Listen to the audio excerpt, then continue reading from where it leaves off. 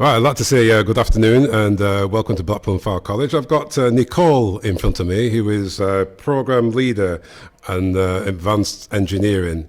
Okay, and I'd like to say hi to you. Hi, Nicole. I'm good, thank you. How are you? Yeah, I'm good. I'm good. Thanks for coming in. I'd like to just start off by saying just welcome. We're going to be celebrating International Women's Day on March the 8th. And we just wanted to bring you in, just to give our listeners an insight in what inspired you to become a program leader of advanced engineering.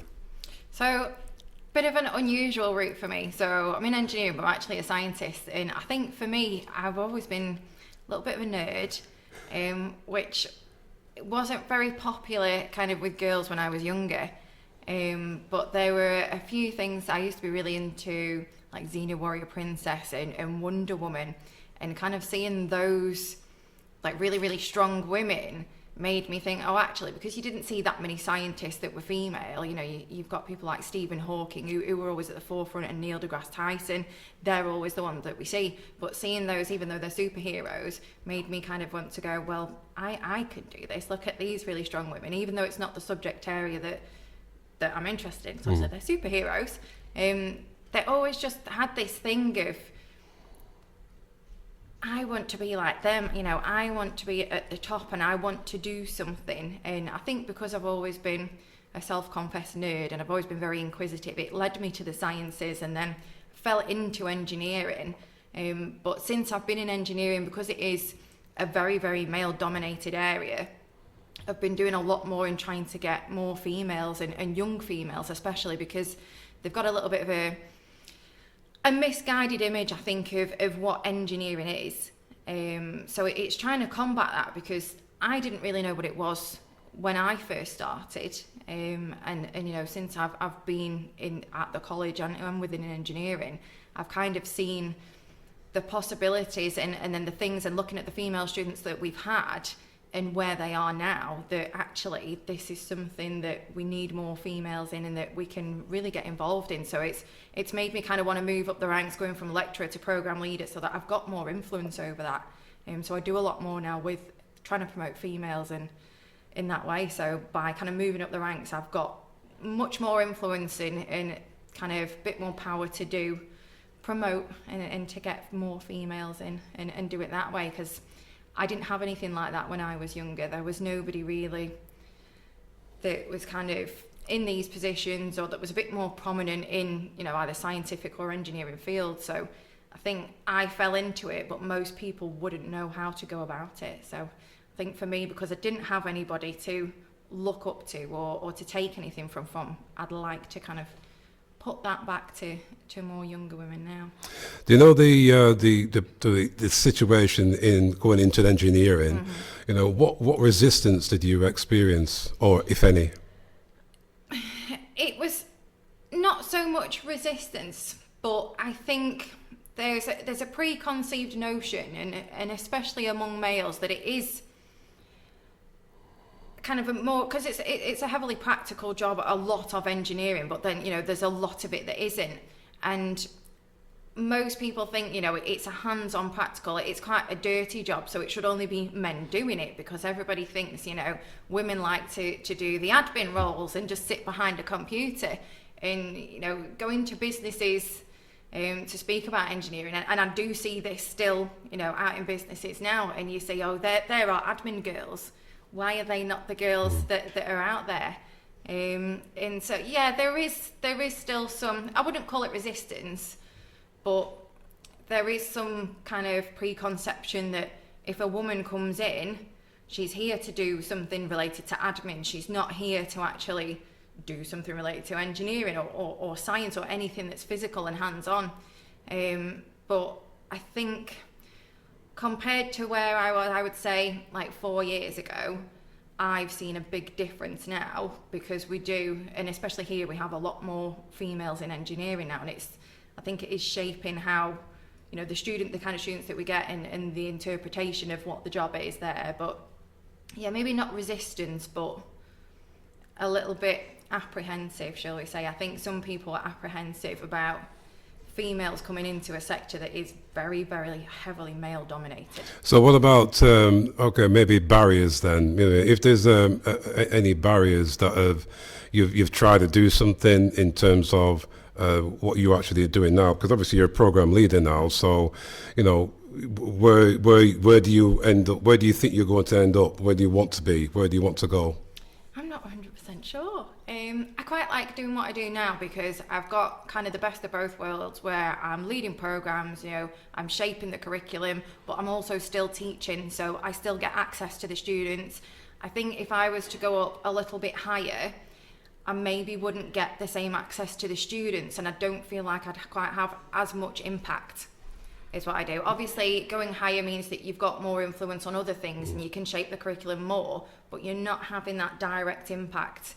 And for me, that's where I get the most from. So I've been a STEM ambassador for, I don't know how many years now, you know, quite a long time, and going out to different organisations and different schools and doing that. And I get the most from the direct contact with, you know, it doesn't have to be students, you know, people in general, to give them an idea of what they can do. And I think even though I could climb up the ladder, I think doing what I am doing now, I get kind of the best of both, and I get that impact. Whereas, you know, if we go up to kind of curriculum manager or head of school or anything like that, yes, they shape everything, but I don't think in those roles I'd be able to do as much kind of face to face with the students, which are the people that I want to influence. So. I was speaking to some Year 11 students. The majority of them was female students who were sat at the front. And a question I would ask you is, if you had to stand in front of those Year 11s, what message would you give them? That they can do it. There's no, I mean, I remember when I first started here and there were very few females, and it's daunting. And especially, you know, going into our Advanced Technology Centre, walking in there, vast majority of staff are male, vast majority of the students are male, and it's scary. But once you take that first step, you'll get over it, and then you'll realise that, you know, you can do it, and you've just got to push yourself, I think. Because I remember the very first time I walked into that building, and it was terrifying. I was like, oh, there's, you know, lots of teenage boys that are all, you know, at least a foot taller than me.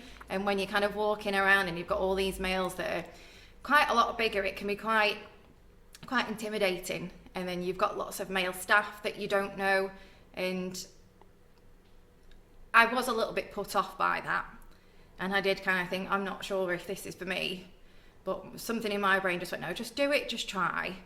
And then, you know, we're several years down the line and I'm here, and doesn't even faze me at all. I regularly got classes of complete teenage boys, and it doesn't faze me. So I just say, just do it. If you want to do it, if that's what you want to do, you've just got to go for it. Walk into the fear and face it, and then you can manage it. So who's been your real model, the person that you've looked up to? I would say, in the last few years, it's one of my team members.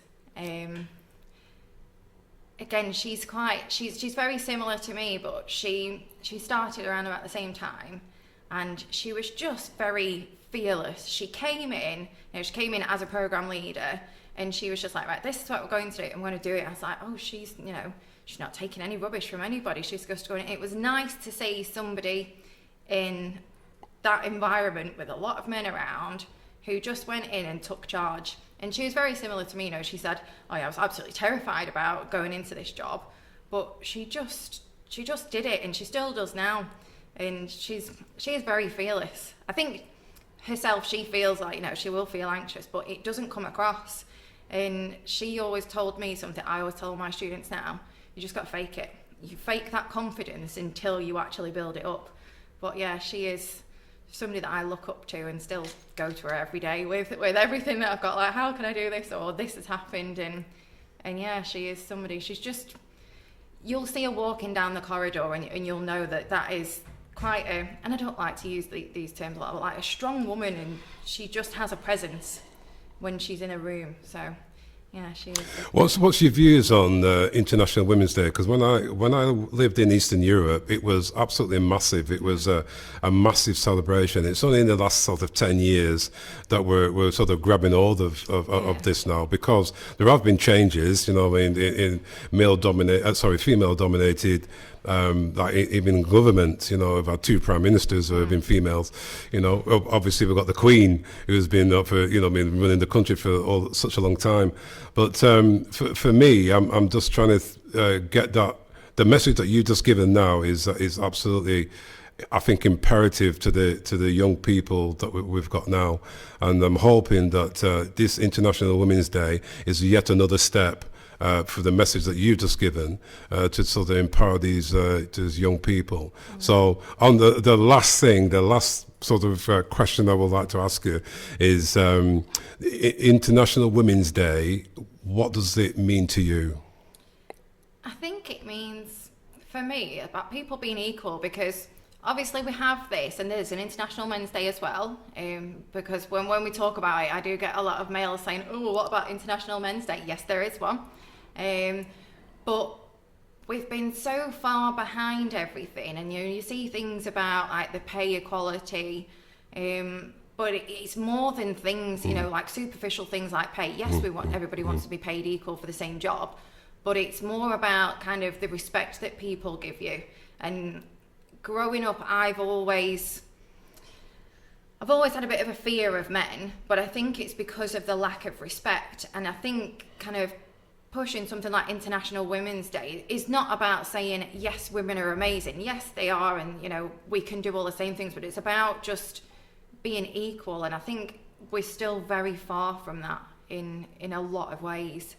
And, you know, like I said, I've walked into places and they've assumed because I'm a female that I've come to do some of the admin. It's like, no, I'm actually the engineering expert in this situation. So it's about, for me, getting rid of those stereotypes and just making everybody equal. I don't want to put women up above men. I just want to be on the same page as them. So I think it's going to take a long time, and we're not there yet. But like you said, things are definitely moving in the right direction. And it's as well kind of on the other side of that, you know, you've got your stereotypical female roles, but it's also showing men that they can do those things too. Because I'm in 2 different areas at the moment. So I'm in engineering, where is typically males, and then today I've been teaching on the science side for people that are going into like nursing, paramedic and midwifery. Right. So I've got the opposite. So a class full of females and 1 male. So obviously we talk a lot about, you know, International Women's Day. We've been talking about it today. But it's showing males that they can do that too, by promoting what women do to kind of show, well, we're equal, so you can do those things too, because, you know, you've got less male nurses. It's typically seen as a female job, whereas doctors is mainly seen as a male job. So it's not just about kind of promoting females, but it's promoting the equality just across the board for me. So something, I think, because I've struggled with it a lot in my life, that it's something I want to really push. I don't want women to walk into a room full of men and feel scared about it. I want them to walk in like they are part of that group. So yeah, that's why it's quite important to me. Yeah. Good. So this was my last question, but my last question is: are you going to be celebrating International Women's Day on March the 8th? Absolutely, definitely, yes. Okay, Nicole, it's been absolutely fantastic speaking to you, and I wish you all the best. Okay, in your career, and hopefully we'll bump into each other, because I'm going to be doing some stuff in engineering soon. Oh, brilliant. Yeah, okay. So nice talking to you. Thanks a lot. And you, thanks a lot. Okay, bye-bye. Thank you.